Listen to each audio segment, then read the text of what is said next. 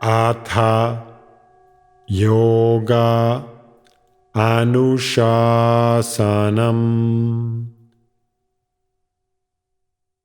Namaste. Welcome to Unravel the Thread, a podcast for people who want to apply the Yoga Sutras to yoga practice and to life today. Available online at simple-yoga.org, where you can also find dozens of videos for practice, hundreds of articles, videos for chanting, and guided meditations.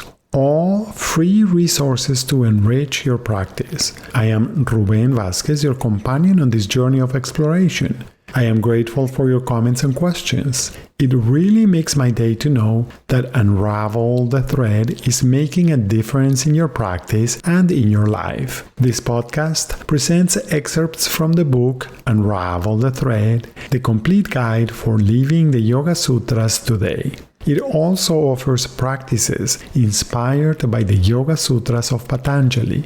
If you love the podcast and want to support my work as an independent content creator, on the simple-yoga.org website, you can easily donate to keep the podcast going. Today, we will explore 2 natural tendencies. As we try to connect with our unclouded awareness, it can be frustrating to realize that we have cultivated tendencies that take us away from being present.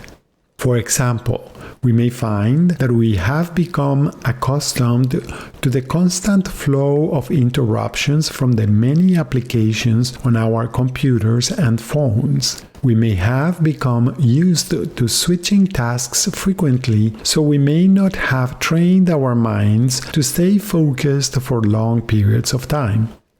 Or we may discover tendencies in our inner dialogue that lead to negativity or self-judgment. As we become aware of unhelpful tendencies, it is normal to feel discouraged or frustrated. As always, it is good to remember that important change is taking place. Some of our unconscious tendencies are coming into the light of consciousness. This is the first step toward a meaningful change, for it is quite unlikely that we can change habits we don't even know we have. One of these unhelpful tendencies can be an excessive focus on the negative.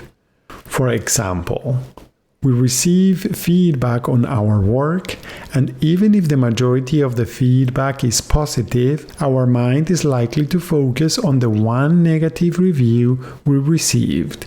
Of course, it is important to learn what we need to improve, so we are not suggesting that we ignore negative feedback, especially if it is constructive. However, if we keep returning to the same negative feedback and using it to undermine our abilities and accomplishments, it may be useful to find ways to overcome this frustration and negativity. One simple way is to recognize 2 natural tendencies that most, if not all, of us have. Feeling better. Our first useful natural tendency is the tendency you may be experiencing as you read or listen to this. Notice that you are probably making small adjustments to your posture. Even without thinking about it, each adjustment is trying to help you feel better, more comfortable, or more at ease. Every time you scratch an itch or take a sip of water, you are probably doing something that instinctively feels better. If you examine most, if not all, of your actions, you will find that they are motivated by this first natural tendency, the desire to feel better. Every time you eat something, you do it because you think or feel that it will make you feel better. Take a moment to think about this. Is it possible that most of the time everything you do is moving you toward feeling better? For example, when you read something, watch a movie, or listen to music, You are most likely making a choice based on what will make you feel better than you do at that moment. Would you agree that this is a beneficial natural tendency?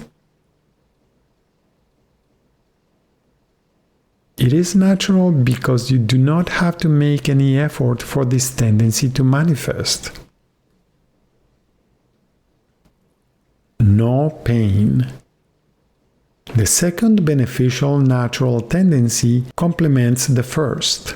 Similar to the tendency to move toward what feels good, we experience a natural tendency to move away from pain.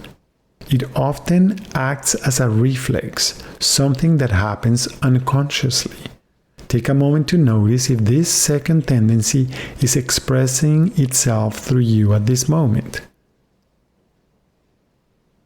Consider how this tendency may be present in all aspects of your life. Is it possible that these two tendencies are involved in many of the decisions we make, both consciously and unconsciously?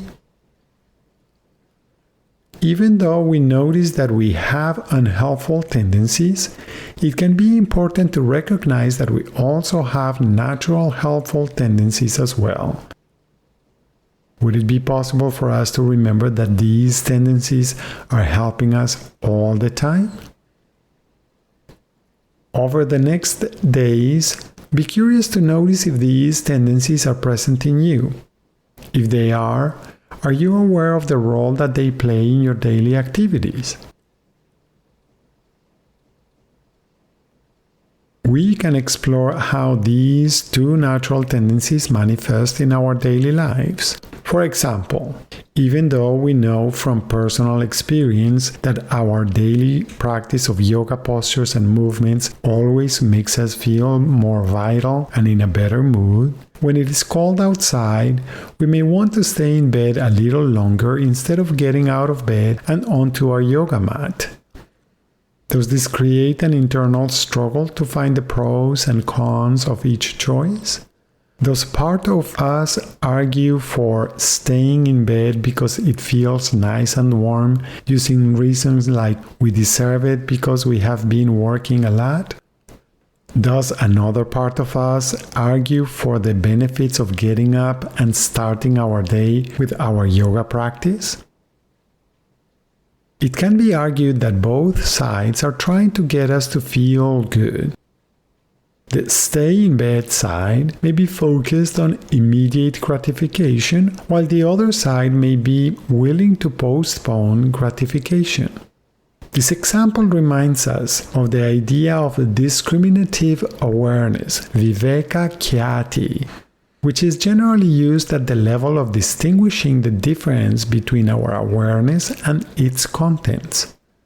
Yoga is a gradual progression of increasing our sensitivity and ability to discriminate so that we can use our discrimination to help us choose intelligently. Remember that regardless of our choice, we are choosing to live with its consequences. This type of reasoning can also be applied to the second natural tendency, the tendency to avoid pain. Pain is useful feedback. It alerts us to impending danger. So it is important to honor signs of pain. However, as we explored earlier, we can sometimes confuse tolerable discomfort with pain. Every learning experience requires us to transcend our current situation. This inevitably creates tolerable discomfort, but we can conveniently misinterpret the tolerable discomfort as if it were pain, thus exempting ourselves from going through the discomfort that will help us grow. As you explore these ideas and bring your awareness into these natural tendencies, become familiar with how they feel. What happens when you move toward feeling better? What do you feel when you notice pain? Then combine your current yoga practice, modulating your own ways of being, with your increasing sensitivity and discernment. What happens? other useful questions. Is the tendency to move towards what feels good similar to the concept of kindness?